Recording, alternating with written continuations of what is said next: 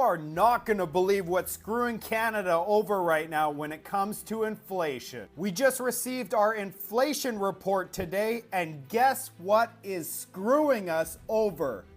Taxes. That's right. What has pushed our inflation rate from 1.6% to 2% is an increase in taxes. Gasoline carbon taxes in Alberta and property taxes across Canada at 6% on average. It's not those greasy corporations, as Jagmeet Singh would love to tell all Canadians. It's actually our very own government. They are the #1 cause of inflation in Canada. Guess what else is happening? Our Canadian economy is rapidly turning into a pile of cow manure. So the Bank of Canada has cut interest rates 4 times, with the last one being an emergency massive jumbo cut in order to stimulate the Canadian economy. In the meantime, the US economy is proving to be a lot stronger than the Canadian economy. That's why the Federal Reserve has only cut interest rates twice for a total of 0.75%, while in Canada we have dropped 1.25%. What does that mean? That means the Canadian dollar is rapidly losing value against the US currency. That means the food that you are buying at the grocery store is also going up. We're already seeing the increase in this new inflation report. Grocery prices are going to continue to go up in the winter because all of our fresh produce is imported.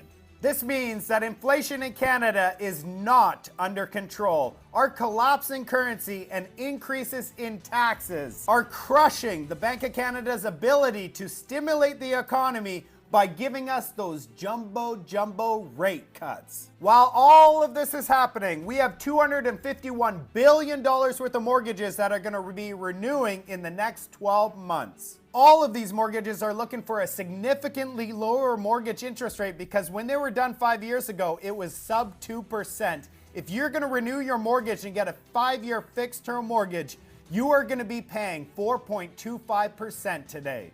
That is over 100% increase, and guess what?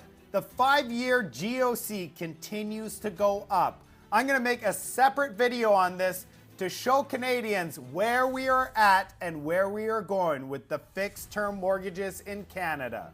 So the Bank of Canada is stuck. They either lower interest rates to limit the amount of people that are going to default on their mortgages and to stimulate the Canadian economy.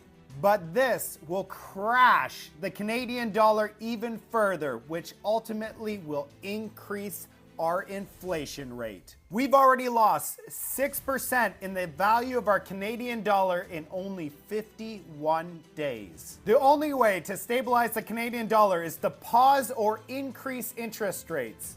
But if they do this, there is a high likelihood of a severe recession in Canada and a mortgage renewal nightmare. We have a GDP report that comes out on November 29th. This will be the last data set that the Bank of Canada looks at before their interest rate announcement decision on December 11th. Personally, I think the Bank of Canada is going to continue to cut interest rates and allow inflation to come roaring back because of our crumbling Canadian dollar. Why do I think this way? It's because I believe they would rather avoid a recession, keep maximum employment levels, and avoid a mortgage catastrophe than increase interest rates and cause a massive recession and mortgage chaos. The issue is we're probably going to get what the Bank of Canada is trying to avoid regardless. The US can easily have a recession in the next 6 months, which means Canada will also enter one.